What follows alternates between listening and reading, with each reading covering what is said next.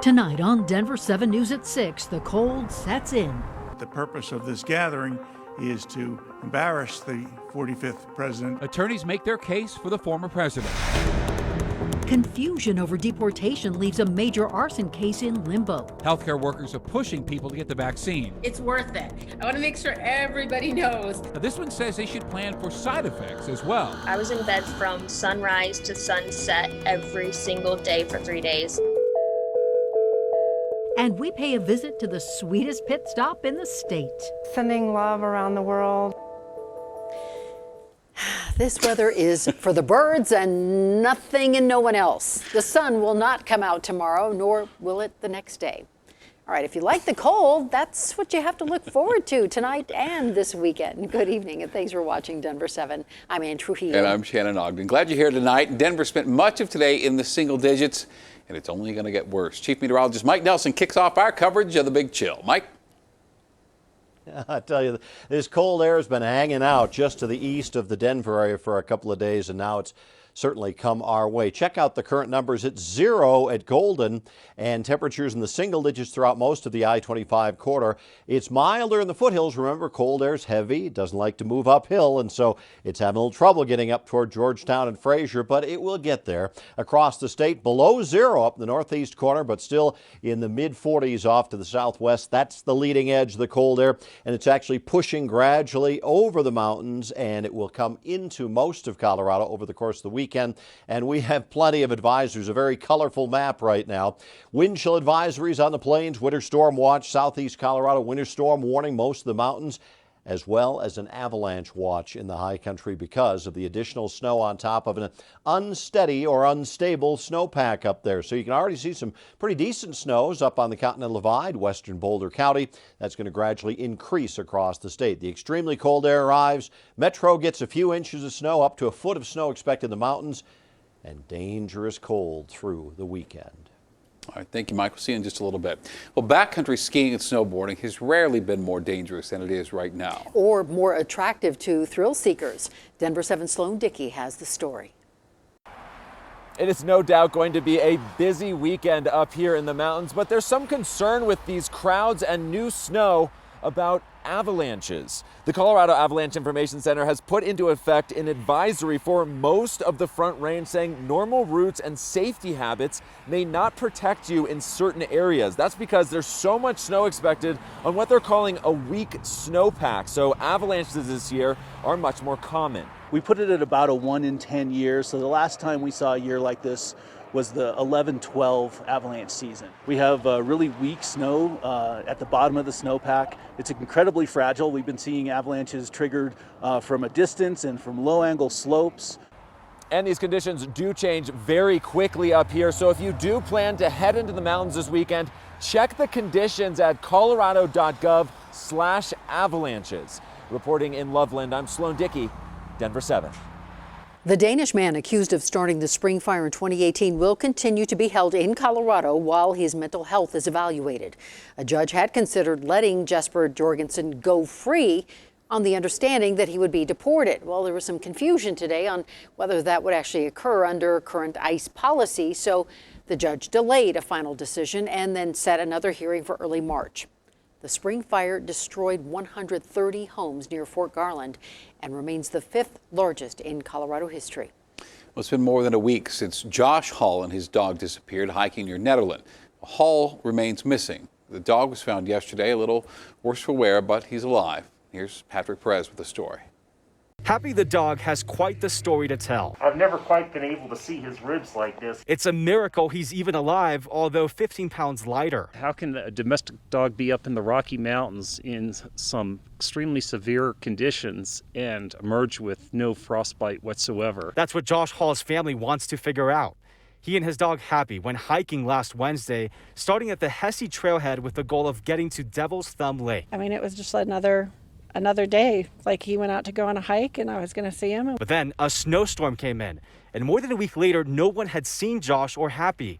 until Thursday when someone spotted Happy on Peak to Peak Highway about 7 miles northeast of the trailhead. Most of us have no idea how he got to that place because we're not even looking in that area. And looking for them anywhere hasn't been easy. The conditions on the mountain have made it nearly impossible to search for Josh Hall. You can see just how strong this wind is. And that's why his family is going around the area putting up these flyers, hoping that somebody saw Josh or saw Happy walking and knows where Josh is. With all the searches called off, Josh's family now needs all the help they can get to bring him home. So if you don't mind putting that up. Happy is home after somehow surviving the past 8 days in the wilderness. It's giving Josh's family hope, but it's also reinforcing their biggest fear. I'm terrified that that means that Happy stayed with Josh until he succumbed to the cold, and that it was only after Josh. Tonight, the family just wishes Happy could help lead the way back to their son. In Boulder County, I'm Patrick Perez, Denver7.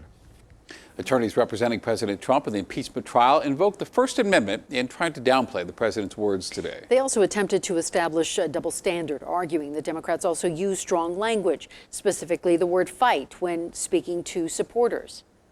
It's a term used over and over and over again by politicians on both sides of the aisle. And of course, the Democrat House managers know that the word fight has been used figuratively in political speech forever. You must reject this invitation to ignore the First Amendment. It is anti-American and would set dangerous precedent forever. And reaction was about as you'd expect. Democrats pointed out that their political rallies were devoid of violent mobs and that the president was speaking directly to a crowd that had gathered for the purpose of overturning an election. Several Republicans, however, were impressed. Senator John Barrasso of Wyoming told CNN the defense was very well done. Ron Johnson of Wisconsin said the president's attorneys blew the House manager's case out of the water.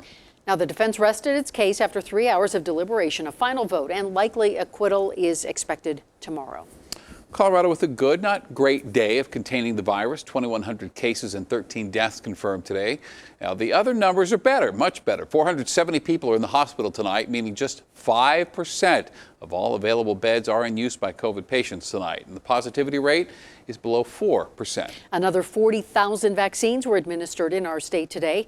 And Governor Polis said progress is also being made in reaching older Coloradans. And I'm proud to say that we've already vaccinated with at least one dose 302,338 Coloradans aged 70 and up. That brings us more than 3/4 of the way towards our goal of vaccinating 70% of everybody 70 and up.